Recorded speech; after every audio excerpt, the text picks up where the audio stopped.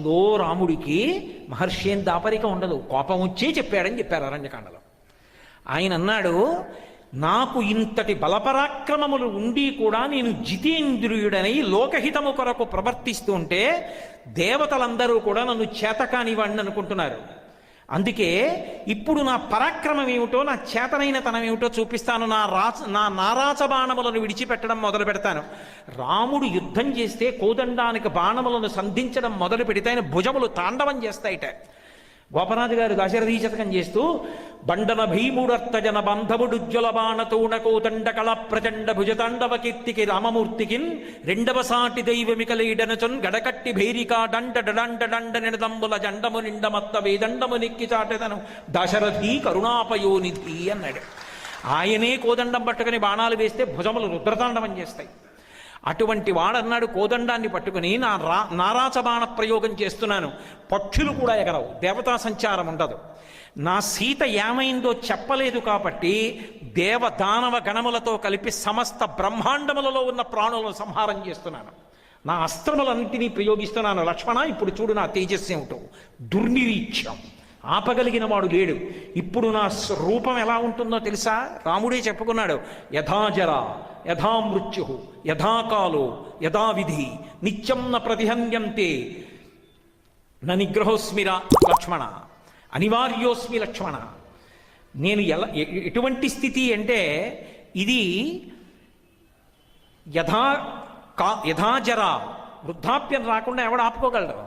శరీరం ముడతలు పడిపోకుండా ఆపుకోగలిగిన వాడు ఉన్నాడా? ఉండడు. యథాజర యథామృత్యు, శరీరం పడిపోకుండా ఎవడు ఆపుకోలేడు. యథాకాలో, కాలం గడవకుండా ఆపలేరు. యథామృత్యు, మృత్యువు రాకుండా ఎవడు తప్పించుకోలేడు. నిత్యం న ప్రతిహన్యంతే సర్వభూతేషు లక్ష్మణ, సర్వభూతములు ఈ నాలుగింటికి ఎలా వశపడిపోతాయో అలా తథాస్మి, నేను కూడా ఇవ్వాల అనివార్యోస్మి లక్ష్మణ, నన్ను ఆపగలిగిన వాడు లేడు లక్ష్మణ, విడిచిపెడుతున్నాను బాణములు, చూడు ఇప్పుడు నా ప్రతాపం ఎలా ఉంటుందో అన్నాడు.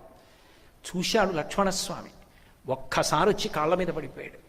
కాళ్ళ మీద పడిపోయి ఒక మాట అన్నాడు. అంత కోపాన్ని పొందిన రామస్వామిని చూసి లక్ష్మణుడు అన్నాడు, అన్నయ్య, పురాభూత్వా మృదుర్దాంత సర్వభూతహితీరత, అటువంటిది ప్రకృతిం హాతుమర్హసి, అన్నయ్య నువ్వు ఇటువంటి పని చెయ్యొచ్చా? నీకు లోకంలో ఒక కీర్తి ఉంది. ఏమిటి ఆ కీర్తి? సర్వభూతహితుడు అని పేరు. సమస్త భూతముల యొక్క క్షేమాన్ని కోరుకుంటావని. పురాభూత్వా మృదుర్దాంత సర్వభూతహితేరత, మెత్తని మనసున్నవాడివి. అటువంటి వాడివి నిత్యం నువ్వు అటువంటి వాడివి క్రోధవశమాపన్న, నువ్వు క్రోధానికి వశపడిపోయి వాళ్ళ కోపానికి వశపడిపోయి ప్రకృతిం హాతుమర్హసి, నీ యొక్క స్వభావాన్ని పోగొట్టేసుకుంటావా? కోపానికి వశపడిపోతావా? రాముడు కోపాన్ని తన అదుపులో ఉంచుకున్నవాడు సర్వభూతములను కాపాడతాడని పేరు. ఈ ఒక్క కోపం చేత నీ కీర్తి అంతా మట్టి అయిపోతుందన్నయ్య.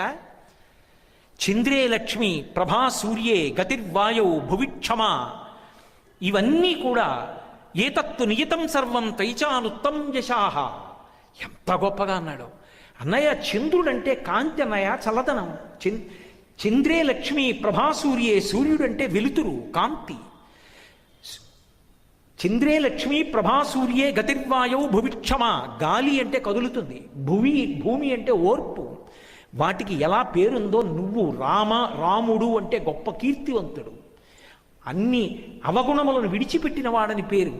పైగా గురువుగారు మనకి నేర్పింది ఇందుకు కాదుగా. ఎవడో ఒకడా తప్పు చేసింది, ఒకడు సీతమ్మని ఎత్తుకుపోయాడు. ఏకస్య నాపరాధేన లోకాన్ హంతు నహార్హసి. అన్నయ్య, ఎవడో ఒకడు సీతమ్మని ఎత్తుకుపోతే లోకాన్నంతటినీ చంపేస్తావా? ఆ ఎవడో కనుక్కుని వాడిని చంపాలన్నయ్య. కోపానికి వశపడిపోయి ఇవాళ చెయ్యకూడని పని చేసేస్తున్నావు అన్నయ్య, విడిచిపెట్టేసేయి కోపాన్ని. అన్నయ్య ఆలోచించు, ఓర్పు పొందు అన్నాడు. లక్ష్మణ, యుక్తమైన మాట చెప్పావురా, విడిచిపెట్టేస్తున్నాను కోపాన్ని అన్నాడు. అంతే, అది రాముడు అంటే. కోపం వస్తుంది కానీ నిగ్రహించుకుంటాడు, తన అదుపులో ఉంటుంది. మంచి మాట వినపడితే వదిలిపెట్టాడు. లేకపోతే రామాయణంలో ఏమై ఉండేది? ఇవాళ రామాలయం ఉంటుందా, రామనామం ఉంటుందా, రాముడి కీర్తి ఉంటుందా? అదుపు తప్పవలసిన పరిస్థితి వచ్చినా మంచి మాట జ్ఞాపకానికి వచ్చి ఉంచుకుంటాడు రాముడు.